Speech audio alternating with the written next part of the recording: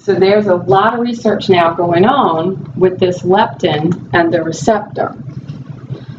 Another long term is our insulin.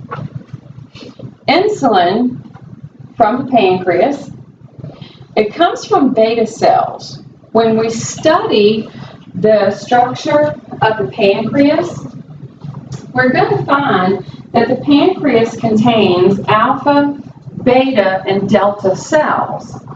And the pancreas serves two functions. It works in the endocrine system and it works in the digestive system. For insulin, it comes from the beta cells. The job, help stimulate glucose and amino acid uptake. That's what we need insulin to do. Help us with glycogen and fat synthesis. There are actually receptors in the brain, and they get a reading on the fat stores in the body. So, do we need to utilize the sugar and amino acids, or can we help to store them, get them to pull out for a later amount of time, based on information that the brain is receiving? The effect overall is weaker than what we see with the leptin. Leptin is the one that has a stronger effect over the appetite than insulin, because insulin's job, okay, the biggest job it's going to have is the glucose uptake. Making sure that we take care of the glucose first. This is what the gut-brain peptides look like. That are pretty much talking to each other 24/7.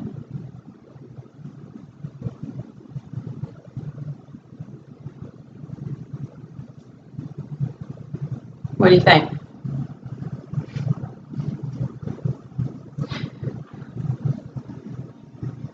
Understand it?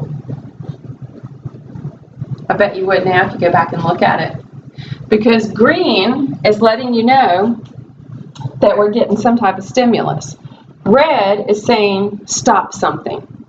So once again, it's looking at, are we starting to eat or do we need to terminate eating? So it's a little confusing when you first look at it, but now note the area of the brain in which it occurs. And you're going to find when we get into that part of the body, that's the primitive portion of the brain, in addition to areas of the brainstem, which is really kind of cool. So when we have all of these reactions, we feed the body, we give it the foodstuffs, we get to build up, we get to break down, we get a metabolic rate. Your metabolic rate can actually be tested. Have you ever had yours tested? It's really kind of cool. Basically, you sit down with a machine, and it's based on how much you breathe. Yeah, because what they do, they measure the oxygen that gets used, because we need the oxygen to help make the ATP. So they base it on how much oxygen gets used. We can have our basal metabolic rate.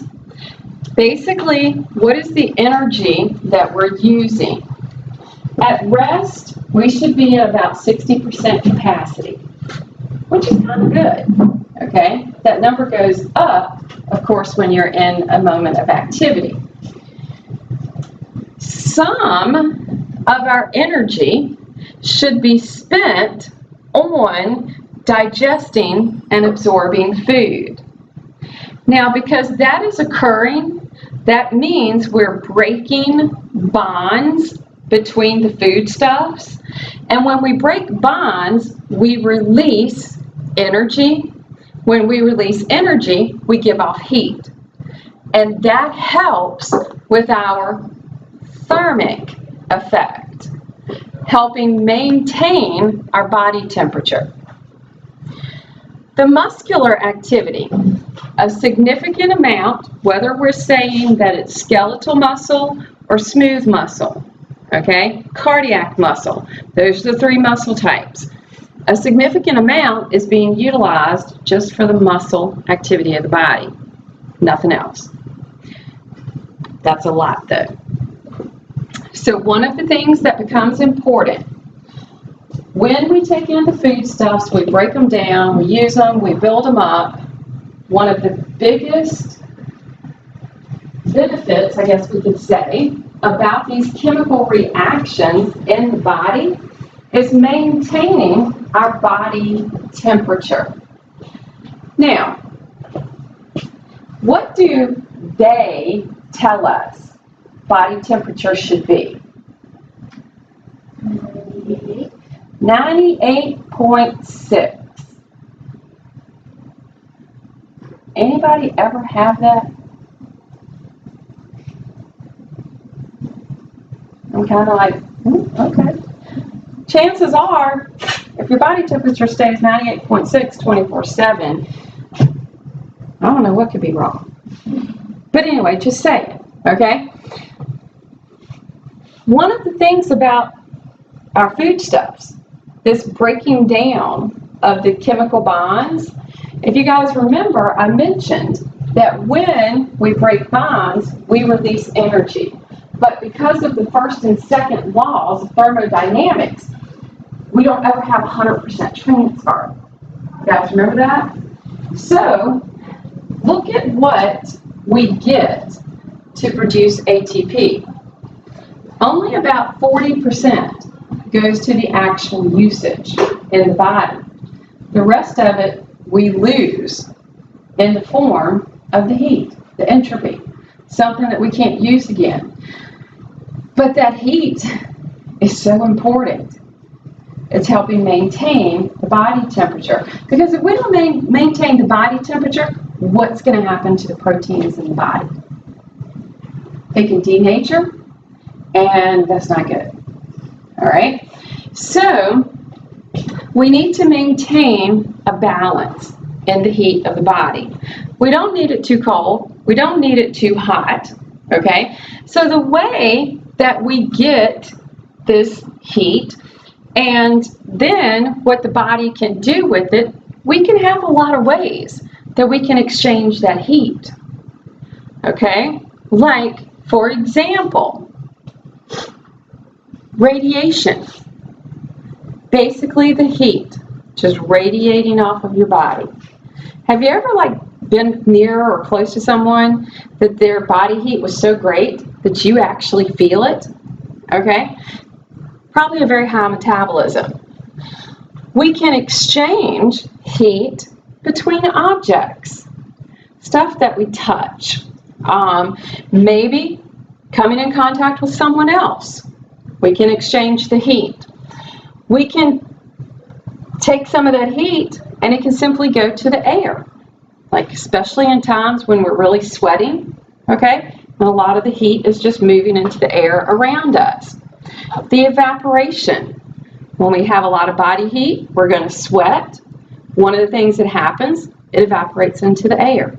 So the body has a lot of ways that it will take care of the heat, but at the same time, making sure that we maintain what they say should be our normal body temperature.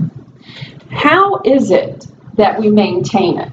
Do we use positive feedback or negative? We use negative feedback, meaning body temperature should have that set point, which is roughly that 98.6. If it goes too low, it does stuff to make the temperature come back up. If it goes too high, it does stuff to make the temperature go down, like sweating or shivering, okay? So we're using negative feedback. That set point can change. For example, a fever. A high fever, not good. Like I said, a little bit of a fever, leave it alone, okay? Begins to go over 100, start watching it, okay? take some of the Tylenol, whatever the case might be. Otherwise, let it go. But anything over that, begin to watch it, feed it, take care of it. Continues to go up too high, chances are that can become detrimental, even to the point of death. But this would be our negative feedback that we're using for temperature regulation. If we go too high or too low, the body sets off certain conditions to either raise it or lower it. Now, some of the things that can go wrong with metabolism, these are termed metabolic disorders, and this is just a list and giving you some examples of what can happen when things can go wrong with our metabolism. Some of it can be to the point of death for these metabolic disorders. But take a break, be back at 12:30.